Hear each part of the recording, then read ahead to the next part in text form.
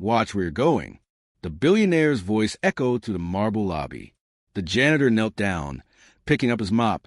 Quiet as always. You're nothing, the billionaire said, and everyone believed him. But 3 days later, when they discovered who this janitor really was, who he'd been before he started mopping floors, everything changed. A tattoo on his arm, a phone call to Colonel, and suddenly, the nobody became the most important person in the room. This is a story about dignity, about respect, about how the person you overlook today might be the hero you'll never forget tomorrow. Stay until the end, because the moment the billionaire realizes his mistake will give you chills. And the lesson? It'll change how you see every person you meet. Welcome to Radiant Story and Tales. While you are here, please hit the subscribe button and comment your view on the story and where you are watching from. Let's begin. You know, sometimes the smallest moments reveal the biggest truths about who we really are. This is a story about one of those moments. A moment that happened in a gleaming office building in downtown Seattle, where power and money seemed to be all that mattered. But what unfolded there proved something we all need to remember. That real strength doesn't announce itself, and true greatness often walks quietly among us. It started on an ordinary Tuesday morning. The lobby of Sterling Financial Tower sparkled like a palace. Marble floors so polished you could see your reflection. Crystal chandeliers hanging from ceilings that seemed to touch the sky. Men and women in expensive suits rushing past, their shoes clicking against the floor like the ticking of a clock that never stops. And there, in the middle of all that shine and hurry, was James Cooper. He wore a simple navy uniform with his name stitched above the pocket. In his hands, a mop and bucket. To most people walking through that lobby, James was invisible. Just another face you pass without really seeing. Just another pair of hands keeping the world clean while the important people did important things. But on this particular morning, James would become impossible to ignore. He was cleaning near the main entrance, carefully mopping up some mud that had been tracked in from the rain outside. His movements were precise, methodical. There was something almost military about the way he worked. Every stroke of the mop deliberate, every step measured. But nobody noticed that. Nobody ever really looked at him long enough to notice anything. Then the doors burst open. Richard Sterling strode like a king entering his castle. And, in a way, this was his building, his company, his empire. Richard Sterling had built Sterling Financial from nothing into one of the most powerful investment firms on the West Coast. Forbes had just named him one of the richest men in America. He was used to people stepping aside when he walked through, used to being the most important person in every room. He was on his phone, talking loudly about a deal worth millions, not watching where he was going. And that's when it happened. His $1,000 shoes hit the wet patch James had just mopped. His briefcase flew from his hand, paper scattering across the floor like leaves of a storm. For a second, everything stopped. The whole lobby held its breath. Richard's face turned red, not from embarrassment, no, from pure rage. He looked down at James, who had immediately knelt to help gather the papers, and the words that came out of his mouth were sharp as knives. Watch where you're putting that mop. Are you blind? James looked up, his face calm. I'm sorry, sir. The floor was dirty. I put up a caution sign right there. He pointed to the yellow warning sign just 3 feet away. But Richard wasn't interested in signs or apologies. He was interested in having someone to blame, someone to make feel as small as possible. Do you have any idea who I am? His voice echoed through the lobby. Every conversation stopped. Every head turned. Yes, sir. James said quietly, standing up slowly. You're Mr. Sterling. That's right. I own this building. I sign your paycheck. And right now, I'm wondering why I'm paying someone who can't even mop a floor without creating a hazard. James stood there, holding his mop, his face completely still. But his eyes held something. Not anger, not fear, something else. Something that looked almost like patience. Like he'd heard worse before. Like he'd been in situations where words were the least dangerous thing flying toward him. I apologize for the inconvenience, Mr. Sterling, James said, his voice steady and respectful. It won't happen again. Richard stepped closer, and his next words came out low and cruel. You're right, it won't. Because people like you need to remember your place. I built this empire. Men like me create the world. Men like you? He looked James up and down. You just clean up after us. The silence that followed was thick and uncomfortable. A young woman standing near the elevator, Victoria Sterling, Richard's daughter, looked away, her face flushed with second-hand shame. A security guard near the door shifted uncomfortably, but nobody said anything. Nobody ever did. James bent down again, collecting the last of the scattered papers. He handed them to Richard with steady hands. Here you are, sir. Have a good day. Richard snatched the papers and walked away without another word, his shoes leaving wet footprints across the clean floor. The lobby slowly came back to life, whispers spreading like ripples in water. But James just went back to his mop and bucket. His face showed nothing. His hands didn't shake. He simply continued his work as if nothing had happened, as if he hadn't just been humiliated in front of 50 people. What Richard Sterling didn't know, what none of them knew, was that the man holding that mop had once held the lives of soldiers in his hands. The man they saw as invisible had once been the most visible person on the most dangerous battlefields in the world. And the quiet dignity he showed in that moment, that came from a place deeper than any insult could reach. Sometimes the people we overlook are the ones who've seen more, done more, and sacrificed more than we could ever imagine. And sometimes, when we judge someone by their uniform instead of their character, we reveal everything about ourselves and nothing about them. This was one of those times. And Richard Sterling was about to learn a lesson that no amount of money could have taught him. After Richard stormed off, the lobby felt different. You know that feeling when something happens that everyone sees but nobody wants to talk about? That thick, awkward silence that hangs in the air? That's what filled Sterling Financial Tower that morning. James finished mopping the floor, his movements unchanged, still careful, still precise.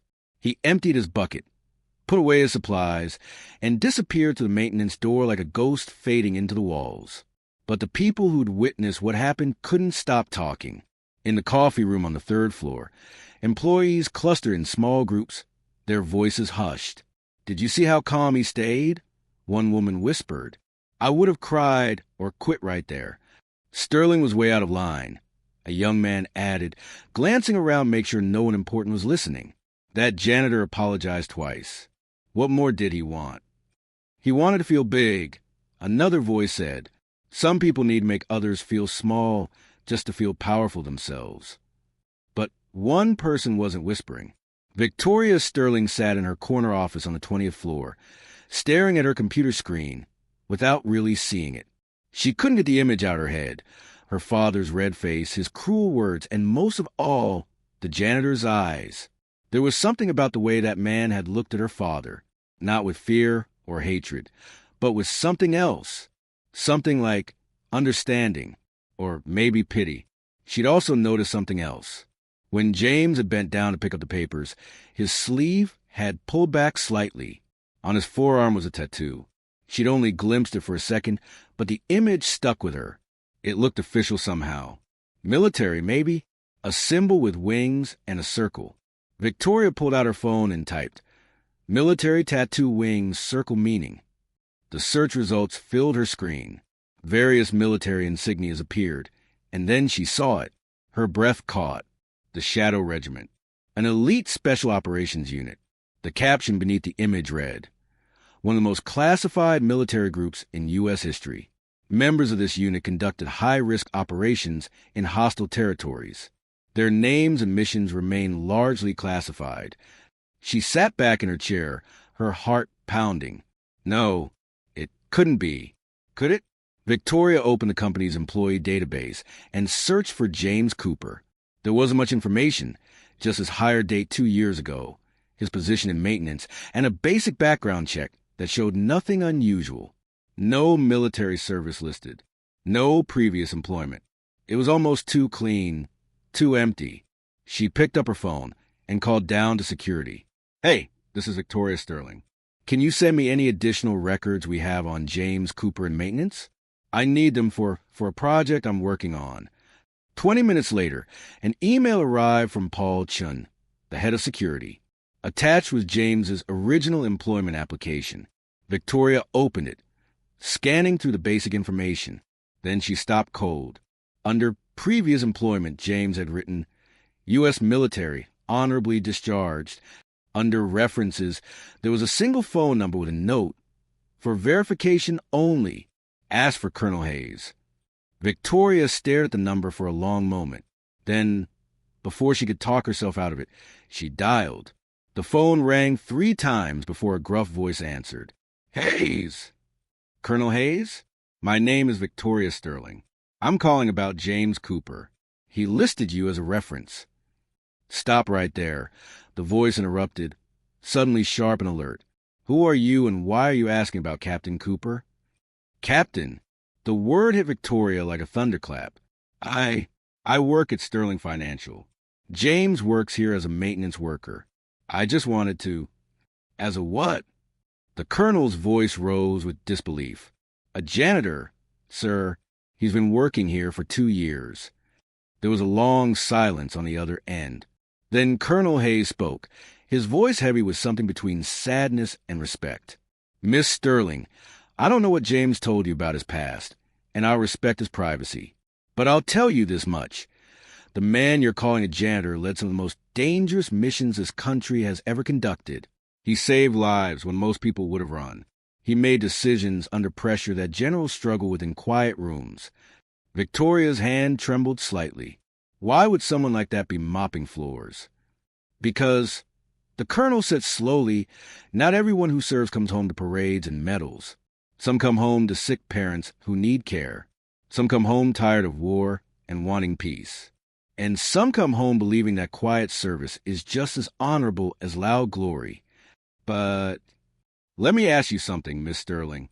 How has your company treated him? The question hung in the air. Victoria thought about her father's words that morning, the cruelty in his voice, the way he'd spoken to James like he was nothing. Not well, she whispered. Not well at all. Then maybe, Colonel Hayes said quietly, you folks need to look a little harder at the people around you. James Cooper is one of the finest men I've ever known. If you can't see that, the problem isn't with him. The line went dead.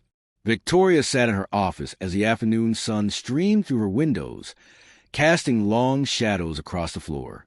She thought about all the time she'd passed James in the hallways, never really looking at him. All the morning she stepped into an elevator he'd just cleaned without saying thank you. All the moments she'd been too busy, too important, too focused on her own world to see the human being right in front of her. And she thought about her father, so proud of the empire he'd built, so certain that money and power made him superior. What would he say if he knew the truth? What would he do? She pulled out her phone again and sent a text to Paul Chin in security. Can you come to my office? I need to talk to you about something important. Because Victoria realized something in that moment. The truth had a way of coming out.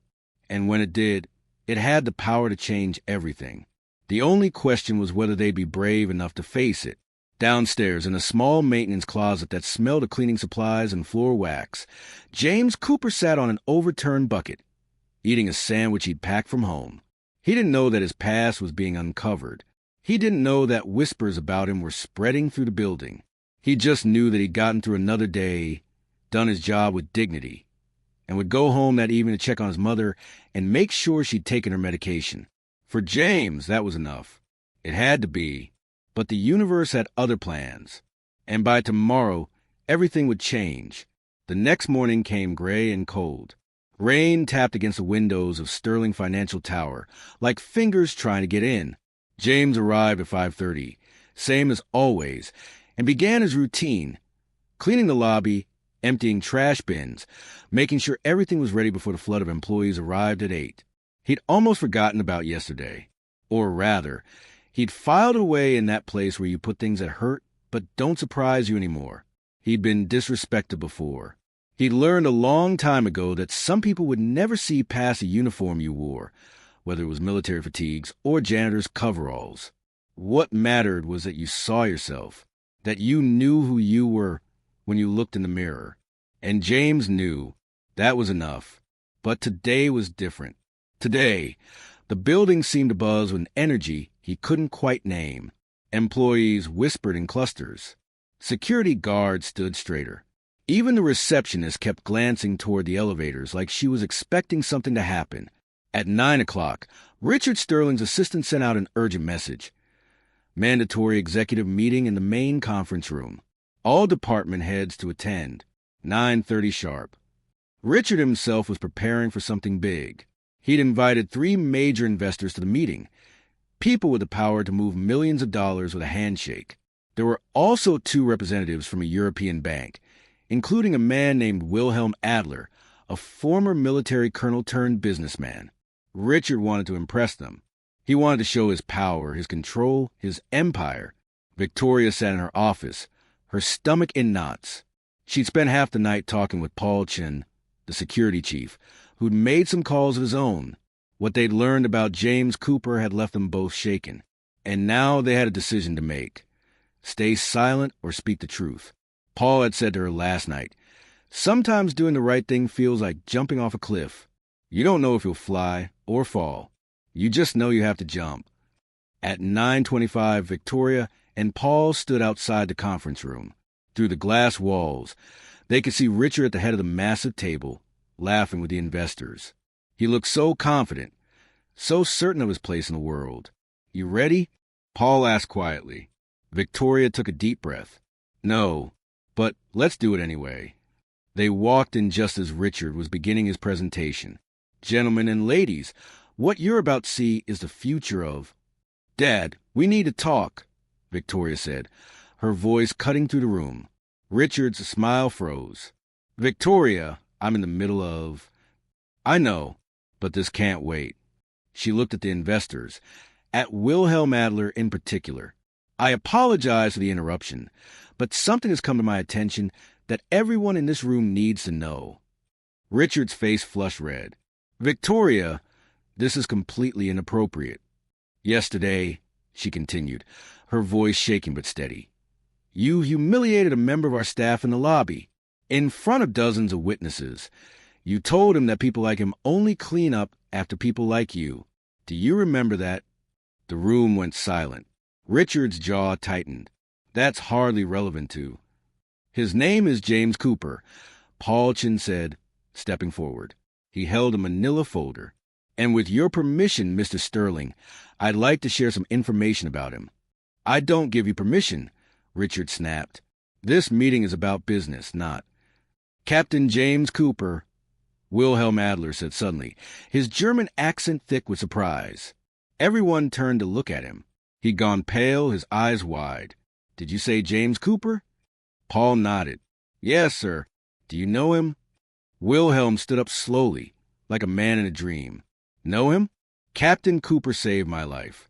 Afghanistan, 2012. Operation Silent Thunder. His team extracted 15 of us from an ambush. We were surrounded, outnumbered, out of ammunition. We thought we were dead." His voice cracked with emotion. "And then Captain Cooper and his unit came through enemy fire like ghosts.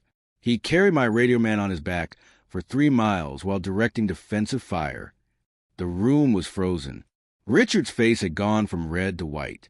Wilhelm looked around at everyone. "Captain James Cooper is a legend in military circles. The Shadow Regiment, one of the most elite units ever created. He has medals that are classified, missions that don't officially exist. He is a hero, and he's been mopping our floors for 2 years," Victoria said softly, looking directly at her father. "Being invisible, being overlooked. And yesterday you told him he was nothing." Richard opened his mouth, but no words came out. Paul opened the folder and pulled out a photograph. It showed a younger James in military uniform, standing with a group of soldiers. His face was harder then, his eyes carrying the weight of things most people would never understand. "Colonel Hayes sent this to me last night, along with testimony from 3 other officers. All of them said the same thing. James Cooper is one of the finest men they ever served with." Another investor, an older woman named Catherine Liu, spoke up quietly. "Why would a man like that be working as a janitor?" "His mother got sick," Victoria said. "He came home to take care of her. He wanted a quiet life after years of war. He didn't want attention or recognition. He just wanted to live with dignity and take care of the person he loved. Wilhelm shook his head slowly, his eyes glistening. And we never saw him. He walked among us, and we never saw him. The door to the conference room opened. Everyone turned.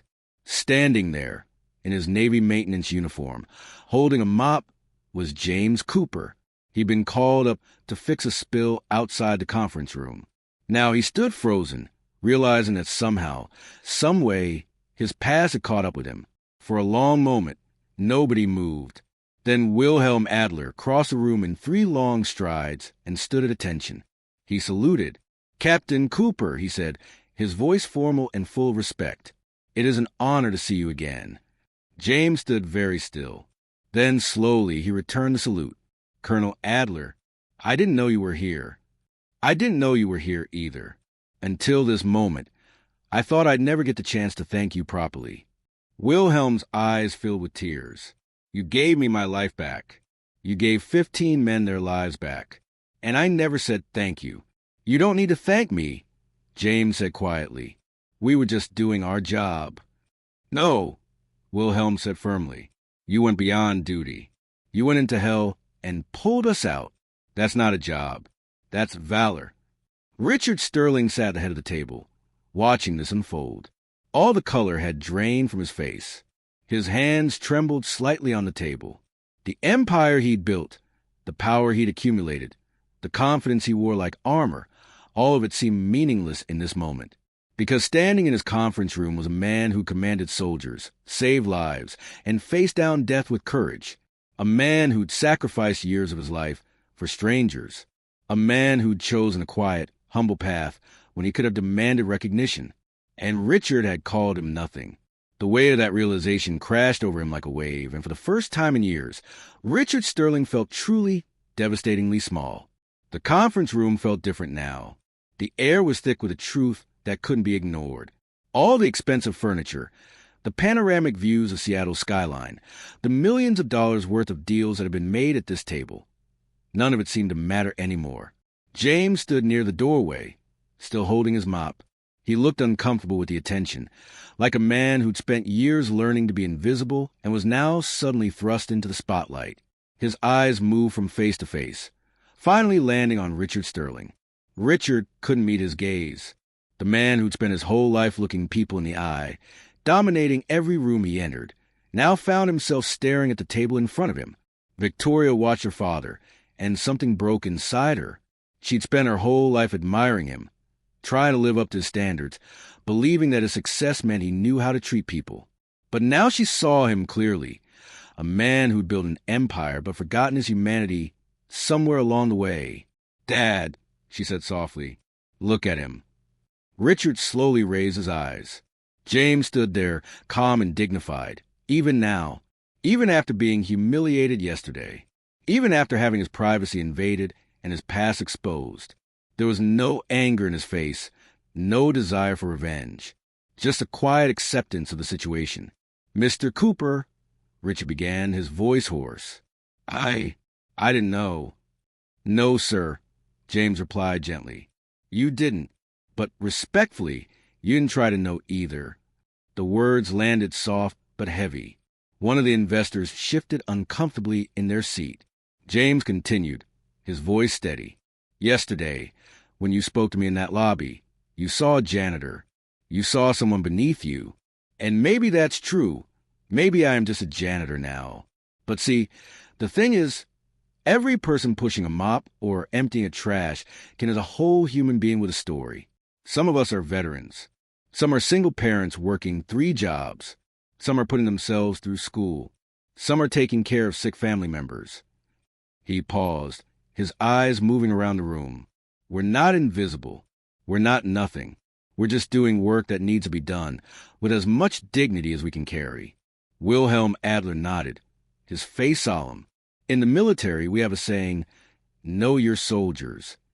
It means understand the people you lead. Know their stories, their struggles, their strengths. Because the person you dismiss might be the one who saves your life someday." Catherine Liu, the investor, spoke up. "Mr. Sterling, I've been watching you build this company for 5 years. I've watched you make brilliant decisions, ruthless decisions, profitable decisions. But I've also watched you treat people like tools, useful when you need them, disposable when you don't. She looked at James. This man deserves better. Everyone who works here deserves better. Richard's hands were shaking now. He clasped them together to hide it, but everyone saw. Mr. Cooper, I want to apologize. Apologies are easy, James interrupted gently. What matters is what comes after. Words are just air if there's no change behind them. Then tell me what to do, Richard said, and his voice cracked.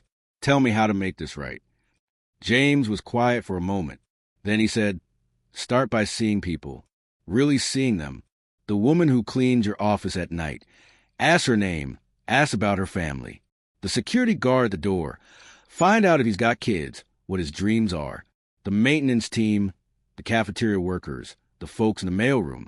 They're all human beings carrying their own weight through this world. You want respect? James continued. Don't demand it. Earn it. Not by being the richest or the most powerful, but by being someone who lifts others up instead of pushing them down. The room was silent, except for the rain pattering against the windows. Richard stood up slowly. He walked around the conference table until he stood directly in front of James. And then, to everyone's shock, Richard Sterling, the billionaire, the empire builder, the man who'd never bowed to anyone, lowered his head. I'm sorry, he said, his voice barely above a whisper. I'm deeply, truly sorry. You deserve respect, and I gave you cruelty. You deserve recognition, and I gave you humiliation. I was wrong. Completely, inexcusably wrong. James looked at him for a long moment. Then he extended his hand. Apology accepted. They shook hands, and something shifted in that room. You could feel it, like a door opening, like light coming in where there had been darkness. Victoria wiped tears from her eyes. Paulchen nodded with quiet approval.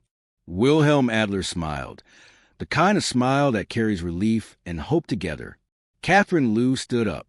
Mr. Sterling, I came here today to discuss investing another $20 million in your company. Now I'm going to make that conditional. I want to see changes. I want fair wages for every employee. I want respect built into your company culture. I want to see you prove that today meant something. You will, Richard said, his voice firmer now. You have my word. James picked up his mop.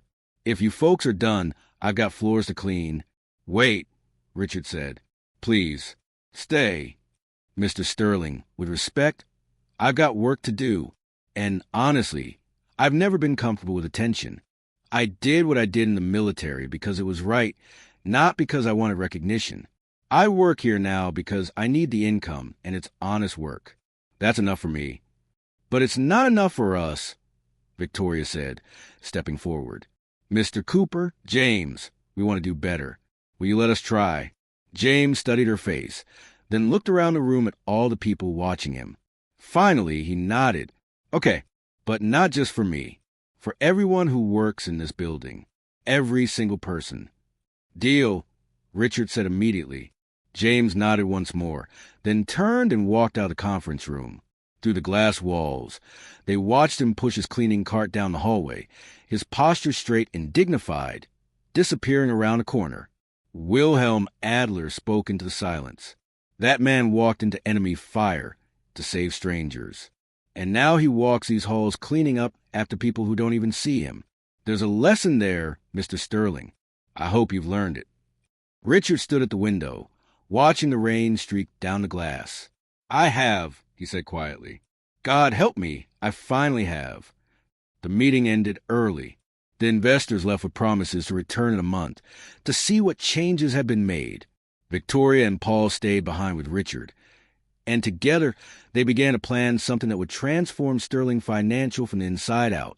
Because sometimes it takes a moment of profound humiliation to wake us up. Sometimes we need to be knocked down to finally see clearly. And sometimes the quietest person in the room is actually the strongest, the bravest, the most worthy of respect. James Cooper had reminded them all of that, not with speeches or demands, but simply by standing there with dignity intact, offering forgiveness when he could have demanded retribution. That's real power. That's real strength. And Richard Sterling, for all his billions, was only just beginning to understand what that meant. 3 weeks later, Sterling Financial Tower looked the same from the outside. Same glass and steel rising into the Seattle sky. Same marble lobby. Same expensive art on the walls. But inside, everything had changed. It started small. Richard Sterling began arriving earlier, walking through the building before most employees showed up. He stopped to talk with the night cleaning crew. He learned their names: Rosa, who'd immigrated from Honduras and was saving money to bring her children to America; Daniel, who was studying computer programming online and dreamed of a different life; Patricia, who'd been with the company for 8 years and had never once been asked how she was doing. Richard asked now, and more importantly, he listened. He stopped the practice of paying maintenance staff minimum wage and raised their salaries to living wages. He added benefits: health insurance, paid sick days, overtime compensation. He created a program where any employee could take classes on company time to improve their skills. When asked by journalists why he was making these changes, he said simply, "Because I learned that how you treat the people nobody sees says everything about who you really are." The story of James Cooper had leaked, of course, not the classified details of his missions. Those remained secret. But the basic truth: a decorated war hero working as a janitor, humiliated by his boss, and the transformation that followed. The media wanted interviews. James refused all of them. "I didn't do anything special," he told the reporters who camped outside his apartment. "I just did my job then, and I'm doing my job now. Please leave me alone." But on a cold Friday evening, as James was leaving work, he found Richard Sterling waiting by his car. The rain had stopped, and the city lights reflected in puddles like scattered stars. "Mr. Cooper," Richard said, looking uncertain. "Do you have a moment?" James nodded. "What can I do for you, Mr. Sterling?" "I've been making changes. You probably noticed." "I have. People are talking about it. They seem hopeful." Richard smiled sadly. "I'm learning that hope is something you can give people just by treating them like they matter. Seems like something I should have known all along. Most people learn it eventually." James said, "You're not too late." "I wanted to offer you a position," Richard said. "Director of Employee Relations. Good salary, benefits, an office on the executive floor. You'd help me continue making these changes. Help me build a company culture based on respect and dignity." James was quiet for a moment, looking up at the building. Then he shook his head gently. "I appreciate the offer, Mr. Sterling. I really do, but I'm going to say no." "Why?" Richard asked, and he sounded genuinely confused. "You'd be perfect for it. You could make a real difference." "I'm already making a difference," James said, "right where I am. When I clean the offices at night, people see me now. They stop and talk. They ask about my day. They say thank you.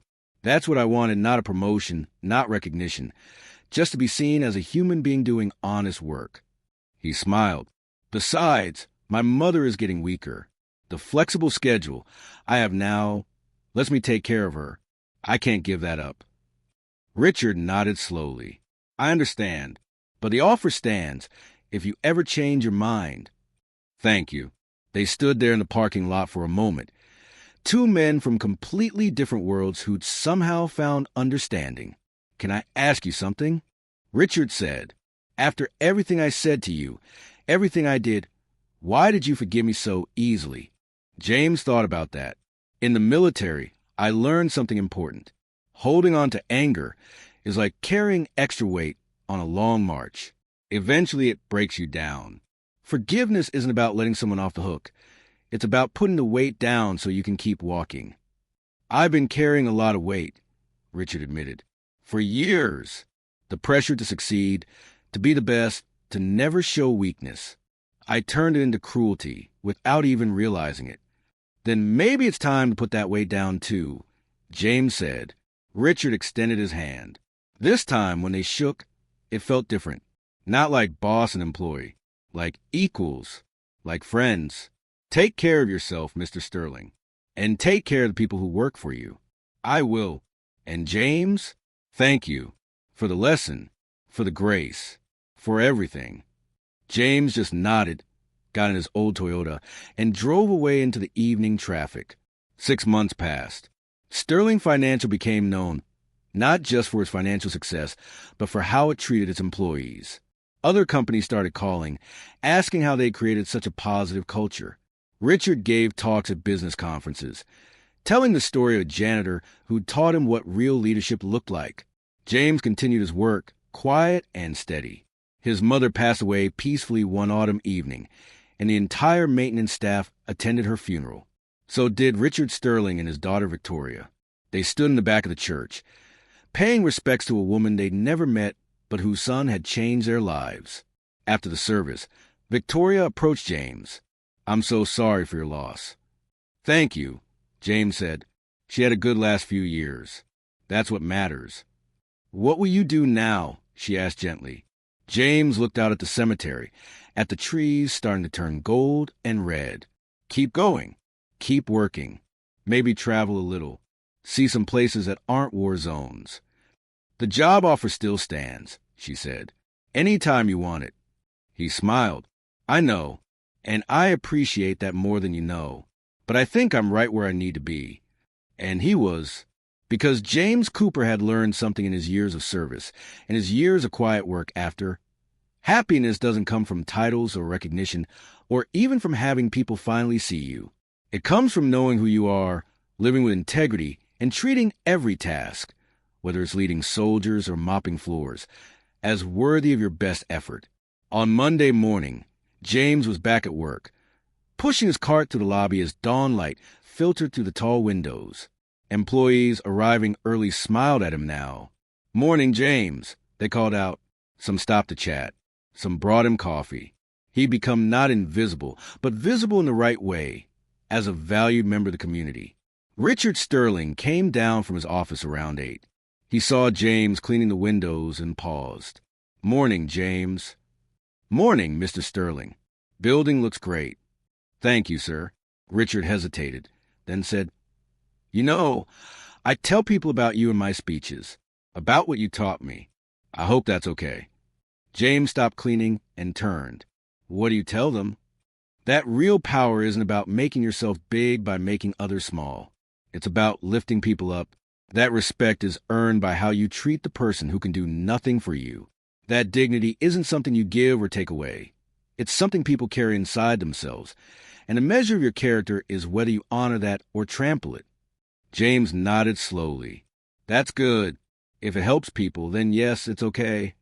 "You changed my life," Richard said quietly. "No, sir," James replied. "I just held up a mirror. You changed your own life when you decided to look." They parted ways then, Richard to his meetings and calls and deals, James to his mops and buckets and quiet work. But something had shifted in the universe, in that small corner of Seattle, in the lives of everyone who worked in that building.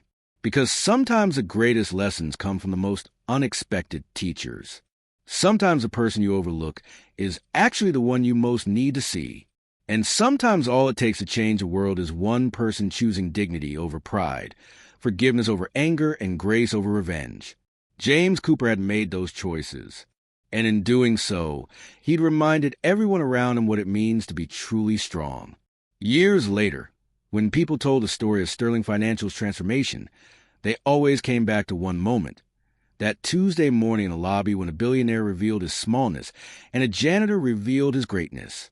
Not through violence or revenge, but through the simple act of maintaining his dignity when everything around him said he should break. The last time Richard Sterling saw James was on a spring afternoon 3 years after that day in the lobby. James was retiring, finally ready to rest after a lifetime of service. First to his country, then to his mother, then to the simple act of honest work. The company threw him a small party. Nothing fancy, because James had requested it that way. Just cake in the break room, and some kind words from colleagues who become friends. Richard stood to say a few words. His voice was softer now than it had been 3 years ago, humbled by time and lessons learned. "James Cooper taught me that the uniform doesn't make the person. The person makes a uniform honorable. Whether he wore military fatigas or maintenance coveralls, he brought the same dignity, the same integrity, the same quiet strength. I was too blind to see it at first. But I see it now, and I'm grateful. The room applauded. James stood there, a little embarrassed, a little moved. When the clapping died down, he said simply, I just try to treat people the way I want to be treated. That's all any of us can do. Treat each other with kindness. See each other as human beings. Remember that everyone you meet is carrying something heavy, and a little grace goes a long way. As he left that day, carrying a small box of personal items and a card signed by everyone in the building, James paused at the entrance. He looked back at the lobby where it had all begun, where he'd been humiliated, where the truth had come out, where transformation had started. The marble still gleamed. The chandeliers still sparkled. But the building felt different now, warmer somehow, more human. James smiled to himself and walked out into the sunshine. And somewhere in that moment, in that simple ex of a man who'd never sought glory but had lived with honor every single day, there was a truth that echoed beyond those walls. The people we overlook are often the ones who have the most to teach us. The quiet ones, the humble ones, the ones doing necessary work without complaint. They're the backbone of everything. And when we learn to see them, really see them, we don't just honor their dignity. We reclaim our own. That's the lesson Richard Sterling learned. That's the lesson we all need to remember. Because at the end of the day, it's not about how much money you make or how much power you hold or what title appears on your business card. It's about how you treat the person who can do nothing for you. It's about whether you use your position to lift people up or push them down. It's about choosing kindness when cruelty would be easier, choosing respect when dismissal would be simpler, choosing to see when blindness would be more comfortable. James Cooper knew that all along. He lived it every single day. And in teaching that lesson to one arrogant billionaire, he changed not just a man, but an entire company, an entire culture, rippling outward in ways he'd never know. That's real power. The quiet kind. The kind that doesn't need to announce itself because it speaks through actions, through character, through the steady accumulation of small acts of dignity over a lifetime. So the next time you pass someone mopping a floor or emptying a trash can or doing any of the 1,000 invisible tasks that keep the world running, take a moment. Look at them. See them. Say thank you. Ask their name. Recognize that behind that uniform is a complete human being with hopes and dreams and struggles and stories that might surprise you. Because you never know. The person you're overlooking might be a hero. The person you're dismissing might be exactly the teacher you need. The person you're too busy to see might be the one who changes your life forever. If you just take the time to look, that's the story. That's the lesson. And that's why, on rainy Tuesday mornings in Seattle, some people still tell the tale of a janitor named James Cooper who taught a billionaire what it really means to be powerful. Not by fighting, not by demanding, but by simply standing there with dignity intact and showing everyone watching what true strength looks like. And that strength, it's available to all of us, every single day, in every interaction, in every choice to see or overlook, to honor or humiliate, to lift up or push down. The question is, which will you choose?